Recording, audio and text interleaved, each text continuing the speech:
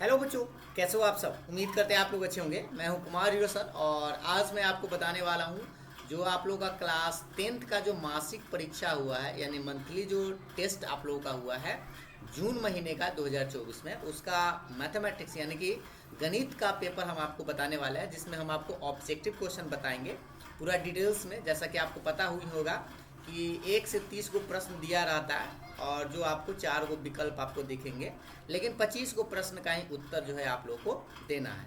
तो संभवतः आप लोग 25 को बनाए होंगे और यहाँ पर हम ये इस वीडियो को लाने का मेन मकसद यही है कि आप एग्ज़ाम जो दिए हैं, टेस्ट जो दिए हैं, उसमें आप कितना सही कर पाए हैं आपको आज ही पता चल जाएगा इस वीडियो के माध्यम से। तो चलिए हम आपको बताते हैं, पूरा डिटेल्स में समझेंगे, बारी बारी क्वेश्चन एक एक करके। पहला सवाल जो है पूछ रहा था कि निम्नलिखित में कौन बहुपद नहीं है। तो देखिए हम आपको पूरा एक्सप्लेन करके बताएंगे ताकि आपका फाइनल एग्जाम का के लिए भी तैयारी हो जाए। तो देखिए बहुपद नहीं करने का मतलब होता है कि कौन बहुपद नहीं है, यानी कि रूट में आपको एक्स ना दिखाई देना चाहिए, एक्स के पावर जो है आटा बाटा में ना रहे, बाटा खाने का मतलब समझते हैं, और जो खुद एक के बटा में ना रहे। ठीक है, जैसे यहाँ देखिए ये आपको बहुपद नजर आ रहा होगा क्योंकि पावर 1 है तो प्लस में है, पावर 3 प्लस में है, पावर 2 प्लस में है। रूट में देखिए एक्स रूट में नहीं रहना चाहिए, कोई अंक अगर रूट में है तो दिक्कत नहीं है। लेकिन देखिए यहाँ पर ये सही है, ये भी बहुपद है, लेकिन ये 1 बटा आ गया तो यही जो है बहुपद नहीं है। तो कहेंगे ऑप्शन नंबर डी आप टिक करेंगे। तो अगर आप ऑप्शन नंबर डी टिक किए थे पहला सवाल का तो आपका आंसर सही था, 1 नंबर आपके खाते में।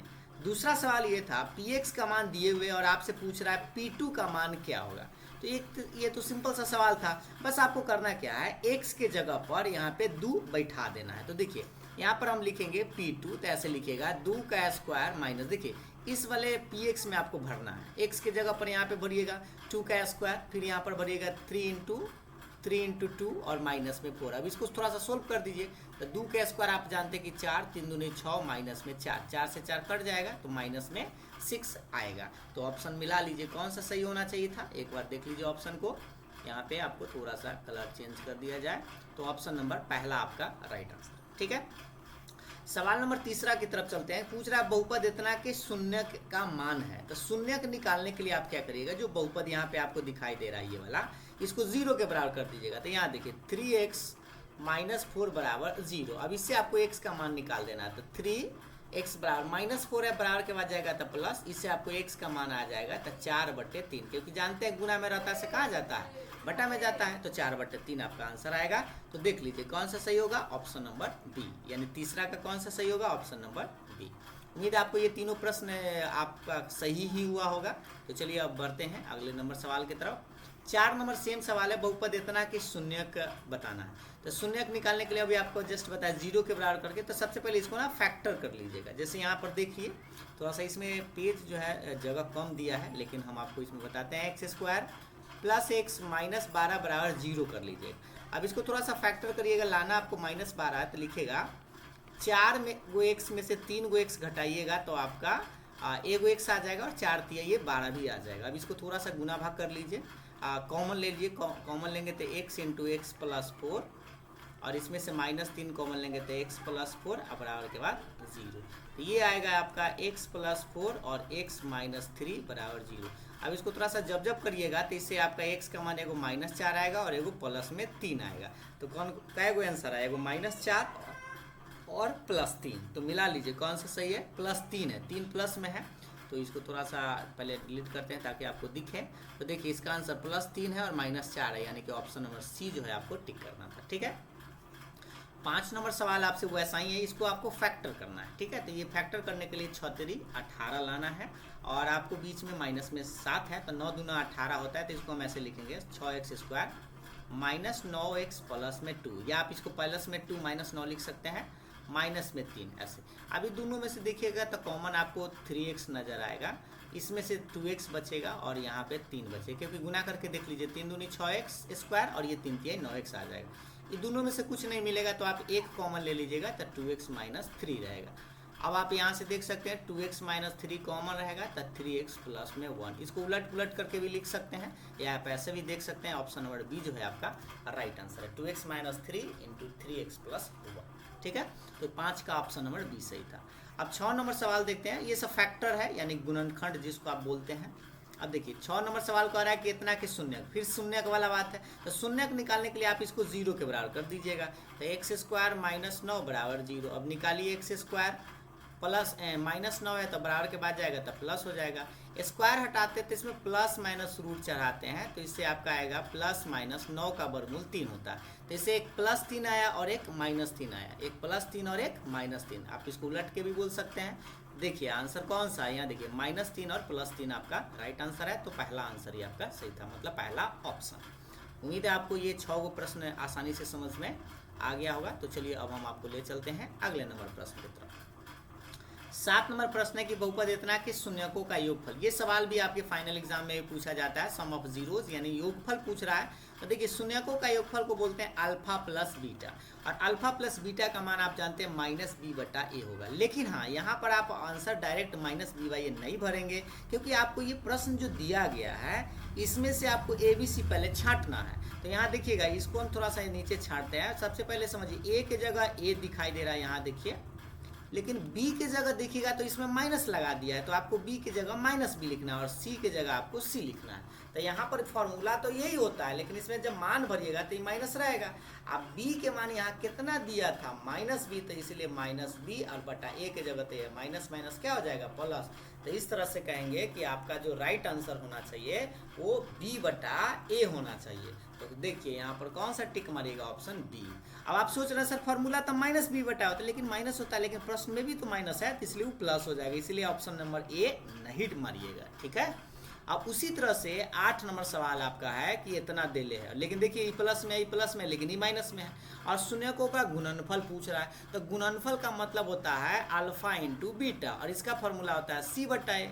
लेकिन सी का मान यहाँ पर देखिए कितना दिले है, माइनस। तो सी की जगह तो माइनस सी लिखेंगे, ए की जगह तो ए है, यानी आंसर में माइनस सी बटा ए आएगा। तो क्या कहेंगे, पहला आंसर इसका सही होगा। इसका ऑप्शन नंबर बी नहीं मानिएगा, ठीक है। उम्मीद है आप इस बात को समझ पाए होंगे। अब हम आपको ले चलते हैं नंबर 9 सवाल पर। देखिए शून्यक 2 और 3 वाला बहुपद। तो सबसे पहले 2 गो शून्यक है, एक 2 है और एक 3 है। तो द्विघात बहुपद आपको पहले पता होना चाहिए। तो द्विघात बहुपद का फॉर्मूला आप पढ़े होंगे, x square minus alpha plus beta into x plus alpha into beta बराबर 0। ये द्विघात समीकरण निकालने के लिए, ठीक है। लेकिन यहाँ बहुपद पूछ रहा है तो आपको बराबर के बाद 0 नहीं लगाना है, ठीक है। समीकरण रहेगा तो बराबर के बाद 0, और अगर बहुपद है तो बराबर के बाद 0 नहीं लगाना। अब इसमें सबसे पहले आपको अल्फा प्लस बीटा निकालना है और अल्फा इंटू बीटा। तो ये जो मान है ये अल्फा का मान है, ये बीटा का मान है। तो अल्फा प्लस बीटा बराबर हो जाएगा, दोनों को जोड़ देंगे, 2 + 3 तो 5 हो जाएगा, और अल्फा इंटू बीटा यानी दोनों को गुना कर देंगे तो 3 दूना 6। अब इस फॉर्मूला में आपको मान बैठा देना, तो एक्स स्क्वायर आएगा माइनस ये अल्फा प्लस बीटा के मान यहाँ से आप देख लीजिए कितना है, 5 है। तो 5x प्लस और ये अल्फा इंटू बीटा यहाँ पे 3 दूना 6 हुआ है, तो 6। ये आपका फाइनल आंसर आया। ये फॉर्मूला हम आपको डिटेल्स में इसलिए बता रहे हैं ताकि आप सीखें, क्योंकि ये मंथली एग्जाम है, आपको फाइनल का तैयारी करना है। तो आंसर आपका कौन सा सही होना चाहिए, ऑप्शन नंबर सी जो है आपका राइट आंसर, ठीक है। 10 नंबर सवाल आपका फैक्टर है, थोड़ा सा फैक्टर करते हैं। देखिए लाना आपको 4 है, क्योंकि पहला में अंतिम से गुना करते हैं और बीच वाला को तोड़ते हैं। आप इसको ऐसे तोड़ सकते हैं, a माइनस बी का होल स्क्वायर पर भी आ जाएगा, लेकिन हम आपको ऐसे करके बताते हैं। 4x स्क्वायर माइनस में 2x और माइनस में 2x लिखिएगा, ठीक है। तो ये प्लस में 4x स्क्वायर आ जाएगा, और प्लस में ही लाना है। ये दोनों में से आप कॉमन ले लीजिए, तो 2x कॉमन लीजिएगा तो यहाँ 2x बचेगा, माइनस में होगा। ये दोनों में से आप कुछ ना तो -1 कॉमन लीजिएगा, तो 2x - 1 गुना करके चेक कर लीजिए उतना आ जाएगा। तो 2x - 1 और एगो फिर 2x - 1, ये आपका आंसर होगा। या आप इसी को स्क्वायर करके भी लिख सकते हैं, 2x - 1 का होल स्क्वायर। तो पहला आंसर सही है, ठीक है। उम्मीद आपको ये समझ में आया हो। एक और तरीका इसको आप ऐसे बना सकते हैं, थोड़ा सा हम आपको बता देते हैं जानकारी के लिए कि इसको हम ऐसे बना सकते थे। यहाँ पर देखिएगा थोड़ा सा, 4x स्क्वायर माइनस 4x + 1। तो इसको हम ऐसे बना सकते थे, a माइनस बी का होल स्क्वायर के तोड़कर a स्क्वायर माइनस 2, a के जगह 2x है, b के जगह क्या लिखें, तो सोच लीजिए हम b के जगह 1 लिखेंगे तो 2 दूनी 4 आ जाएगी, यह आ जाएगा। तो ये a square minus 2ab plus b square, b के जगह 1 का स्क्वायर। इसको तोड़ेंगे ना तो ये फॉर्मूला होता है a माइनस बी का होल स्क्वायर। तो इसको हम लिख सकते थे a माइनस बी का होल स्क्वायर, और देखिए डायरेक्ट आपका आंसर भी आ जाता है, ऑप्शन नंबर ए। ऐसे भी कर सकते हैं, ठीक है। अब 11 नंबर सवाल की बात करते हैं। तो देखिएगा 11 नंबर में कह रहा है ए क्यू माइनस बी क्यू भाग है। यहाँ पर भाग का साइन है, ठीक है, ये क्या है, भाग का साइन है, ए माइनस बी। तो यहाँ पर आपको एक फॉर्मूला की जरूरत है, थोड़ा सा जगह चाहिए, देख लीजिए। A Q minus B Q और भागा मतलब बटा है, बटा में ए माइनस बी है। ये फॉर्मूला आपको याद होना चाहिए। ए क्यू माइनस बी क्यू का फॉर्मूला होता है ए minus B into A square plus में ए बी प्लस में बी स्क्वायर और बटा में आपका ए माइनस बी रहेगा। ये दिख रहा है कि नहीं, एक बार देख लेते हैं थोड़ा सा। हाँ, दिख रहा है। तो ये a माइनस बी से माइनस बी कट जाएगा तो बचेगा A square plus A B plus B square. ये आपका आंसर आना चाहिए, ठीक है। तो मिला लीजिए कौन सा सही है, पहला आंसर ये आपका राइट आंसर, ठीक है। 11 हो गया। 12 पर देखते हैं। 12 में कह रहा है भाजक इतना दिए हुए है, भागफल इतना है, तो शेष और शेष भी 0 है, तो आपसे भाज पूछ रहा है। तो सबसे पहले हम आपको फॉर्मूला बता देते हैं। भाज्य बराबर क्या होता है, भाज बराबर होता है भाजक गुने भागफल, भागफल और प्लस में शेष होता है। ये फॉर्मूला है जो आप पढ़े होंगे। अब इसी में बैठा देना। तो भाजक देख लीजिए कितना है, ये दिए हुए है एक्स स्क्वायर माइनस में x y plus y square और इंटू में ये भागफल, भागफल आपका एक्स प्लस वाई है, एक्स प्लस वाई और शेष आपका 0 है। तब इसको गुना कर देना है। ये जो है थोड़ा सा हम रेड कर लेते हैं ताकि आप देख पाएंगे बेहतर से। ये इसको आपको गुना करना है। तो इसको गुना नहीं करना बल्कि ये फॉर्मूला जो अभी हम आपको ये लगाए थे, देखिए यहाँ पर गौर से, ये वाला एक फॉर्मूला आप एक बार देख लीजिए। A Q plus B cube का फॉर्मूला इस तरह से होता है A plus B into A square minus A B plus B square. ये तो यहाँ पर A Q plus B cube का इतना फॉर्मूला होता है ये वाला। तो यहाँ पर देखेंगे तो यही चीज़ सेम है, तो इसलिए हम इसको हम लिख सकते हैं a Q plus B q यानी कि x q plus y q इसका आंसर आएगा। तो ऑप्शन सी टिक करिएगा।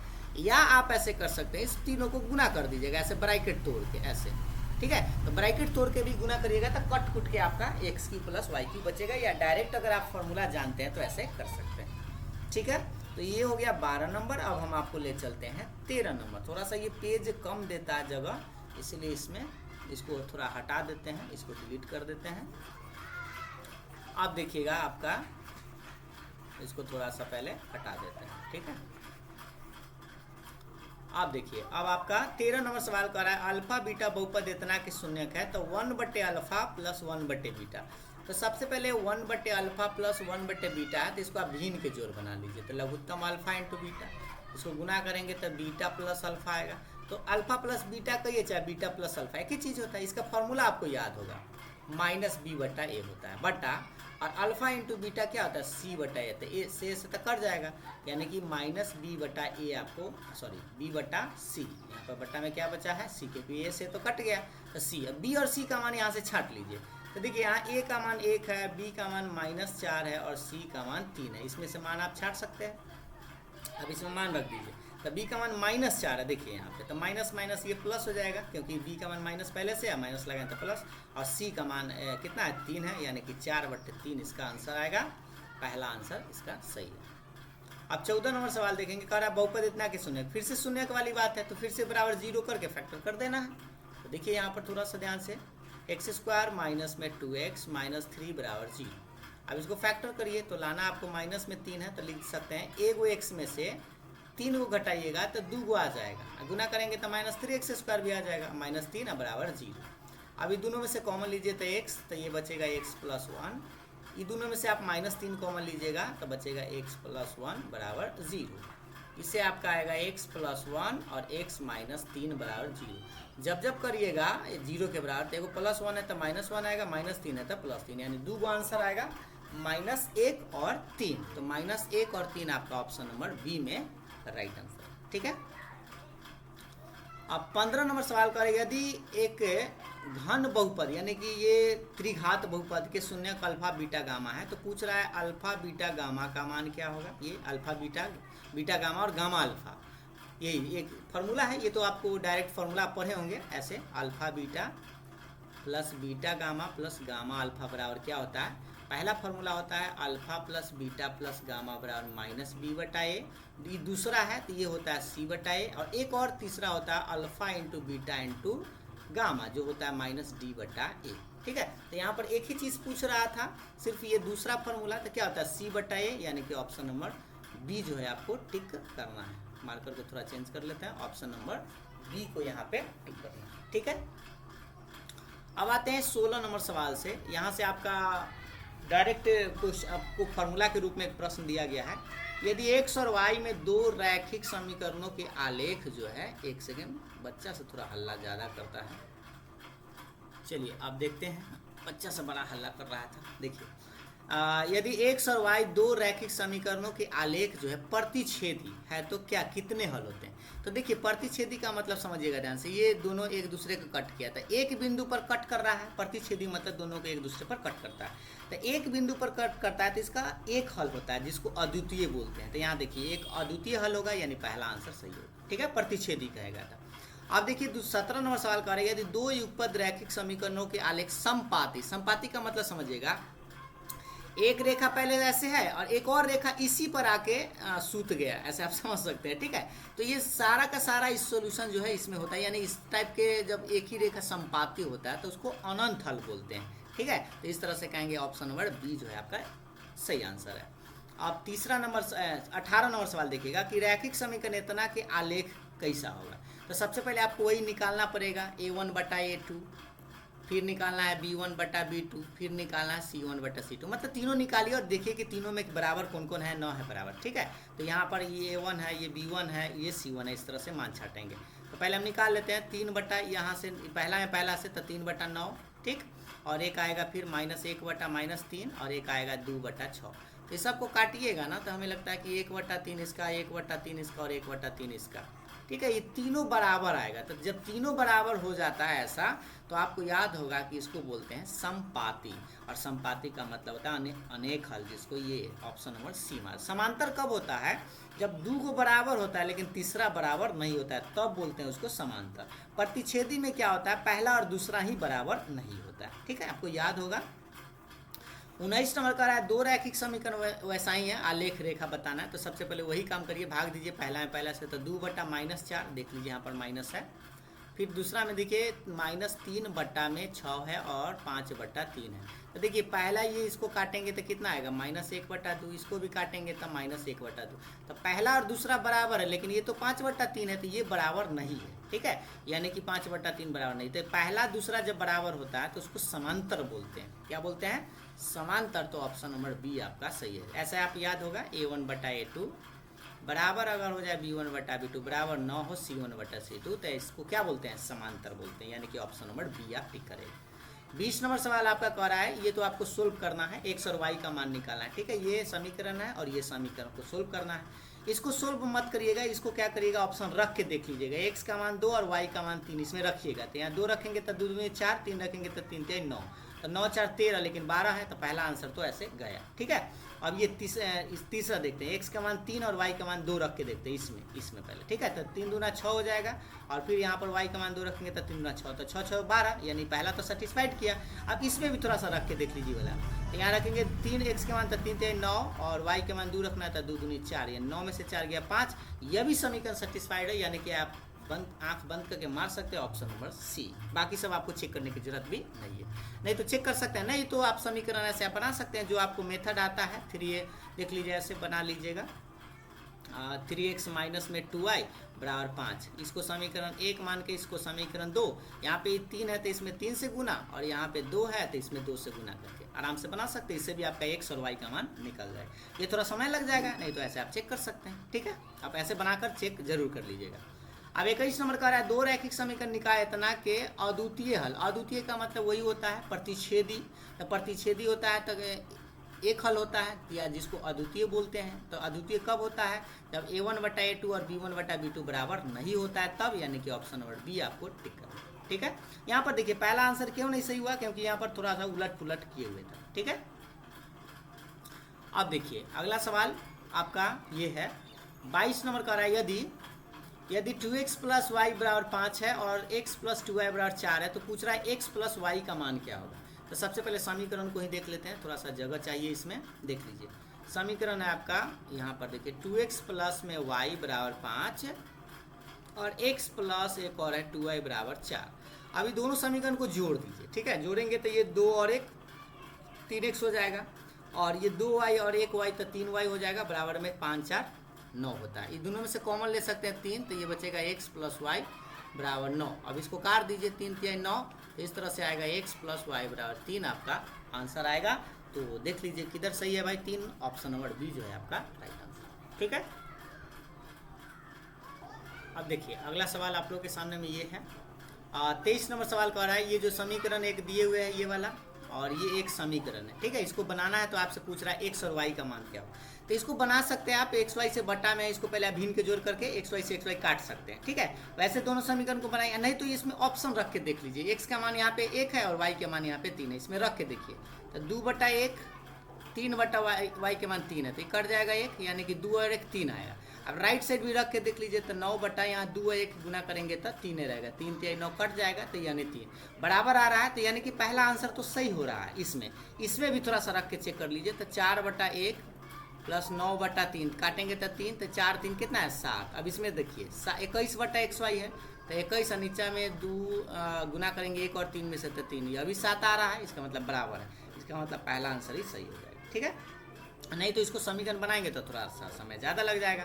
फिलहाल आते हैं 24 नंबर सवाल पर। इसको फैक्टर करना है, लाना 12 है, तो इसको थोड़ा सा मिटा देते हैं। देखिए अब थोड़ा सा बाजा भी बजने लगा है, आप जल्दी में थोड़ा सा ये बता देते हैं, ध्यान से देखिएगा। 12 लाना यानी कि इसको आप ऐसे लिख सकते हैं, माइनस में 4x और माइनस में 3x और प्लस में 12। ठीक है, अब इसमें से कॉमन लीजिएगा तो x माइनस में 4 और ये -3 कॉमन लीजिएगा तो x माइनस में 4। अब इससे आपका आएगा x माइनस 4 और x माइनस 3। ठीक है, अब आप किधर है भाई, सही ऑप्शन नंबर बी जो है आपका राइट आंसर है 24 का। 25 में पूछ रहा है कि 2 अंकों की संख्याओं xy और yx का योग निम्नलिखित में किस संख्या से पूर्णतः विभाजित होता है। तो ऐसा हमें क्या कीजिए, 2 अंक की कोई संख्या ले लीजिए। जैसे हम 12 ले लेते हैं, तो 12 को उलटिएगा तो कितना आएगा 21। अब इसको थोड़ा सा जोड़ लीजिए, 2 1 3 और 3, तो ये 33 कैसे कटता है, 5 से तो कटेगा नहीं, 7 से कटेगा नहीं, 11 से तो कट जाएगा, तो ऑप्शन नंबर सी आपका हो। आप दूसरा और कोई अंक लेकर चेक कर सकते हैं, जैसे मान लीजिए हम 14 लेते हैं। ठीक है, और एक और इसका उलटेंगे तो 41 हो जाएगा, तो 4 1 5 4 1 5 55, 55 भी 11 से कट जाता है, तो इस तरह से कहेंगे ऑप्शन नंबर सी आपका सही है। 26 नंबर सवाल आप देखेंगे, थोड़ा सा इसको पहले हटा देते हैं। 26 नंबर सवाल को देखिएगा ध्यान से, थोड़ा सा रेड पहले कर लिया जाए। 26 में कह रहा है कि समीकरण इतना का अद्वितीय हल है। तो अद्वितीय हल आप जानते हैं कि अद्वितीय हल कब होता है, जब a1/a2 बराबर न होता है b1/b2 ऐसे। अब इसमें आप a1 a2 के मान रख दीजिए। ठीक है, तो k बटा में रखिए 6 बराबर नहीं, b1 के मान कितना है -1, क्योंकि यहाँ देख लीजिए -1, और ये जो है थोड़ा सा इसको पहले हटाते हैं, क्या है -2 है, यहाँ पे कितना है -2।